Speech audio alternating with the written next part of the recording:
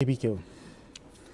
I saw pictures of the meeting, but in your opinion, do you think this meeting signals genuine reconciliation towards lasting peace between all parties? Yeah, it is very clear at this stage. I don't know what will happen tomorrow. At this stage, it is very clear that Fubara is determined to honor his own side of the bargain. It's not difficult to know when someone is sincere. One of the first steps he took, immediately, not long after the president put an end to the state of emergency, was to visit the president, seek his advice on how to go about things, so that the sort of political logjam that we experienced, which eventually led to the declaration of emergency rule, will not happen again. And after meeting with the president, he declared to journalists that he would honor his side of the bargain. I was committed to lasting peace. And he said something that stuck to my head. He said, peace is cheaper than war. Sure. Many people do not realize this. But I know that even the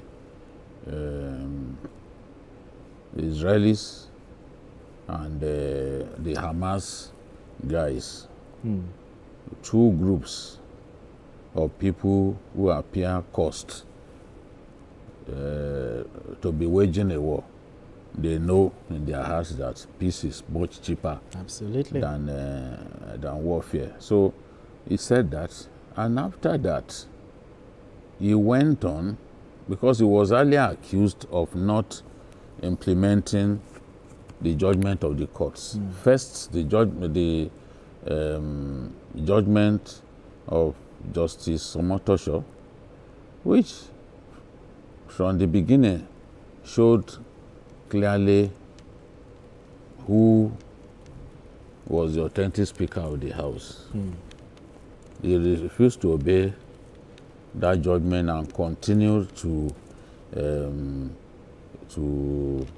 delay looking for a way to create a logjam. But in the end, he couldn't achieve his aim, and judgment came, and that judgment affirmed that the Martin and Mewule faction of the House was the authentic faction. This was the same judgment that Justice Otitoju handed down, that he refused to obey and continued to play all kinds of games, edged on by career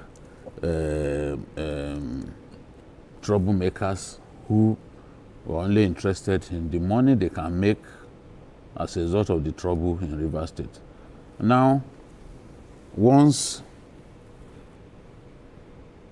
he got back to work, all the commissioners that were cleared by the Uche Jumbo-led three-man House of Assembly, in line with the order of the court, with the pronouncement of the Apex Court, he sacked them. He had a session, a final session with them, and he decided to salama them in the language of our friends in the north and our Muslim brothers. He salamaed them, he allowed them to go. So now, that's a good sign that he is ready to obey the judgment of the court and is ready for peace.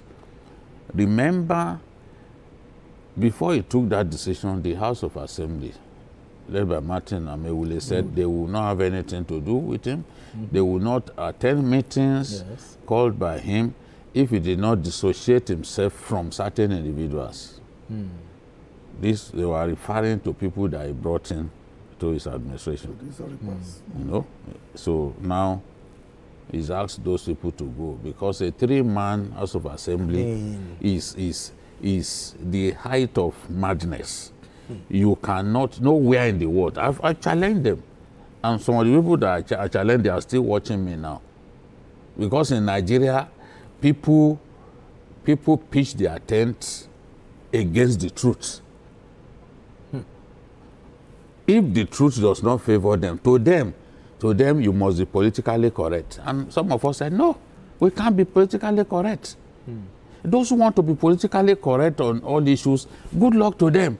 But if it is the truth, some of us will say it.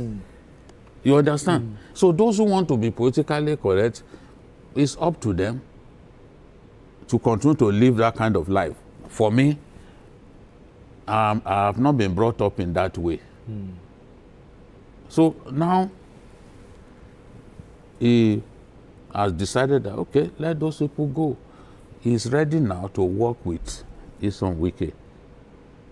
All we want to see now is for both groups, both sets of people, to remain humble, let no one step outside of his line. Absolutely, very key. It can be really risky. If you are driving on top mainland bridge, you are moving from one lane to another. Eventually, somebody will hit you from behind. You have to be disciplined, stay in your lane. You know? So, this is the thing. We expect the Minister of FCT to calm down, so behave responsibly in this matter. Fubara too has to respect his political godfather, whether he likes it or not. That is the person who made him governor. So, to that extent, we can describe him as his political godfather. As long as things remain like that, they won't have any problem. And you see, just like the song I sang the other day that people were talking about, you see, those guys who are always singing songs, sometimes you find merit in what they are singing. So somebody those, no, not even that one. They are saying, no be cho. Fubara na governor, no be cho. Wike na leader. So they are saying, look, Wike is the leader. Fubara is the governor. So now, I mean, for me, the signs are good. Okay. Now, but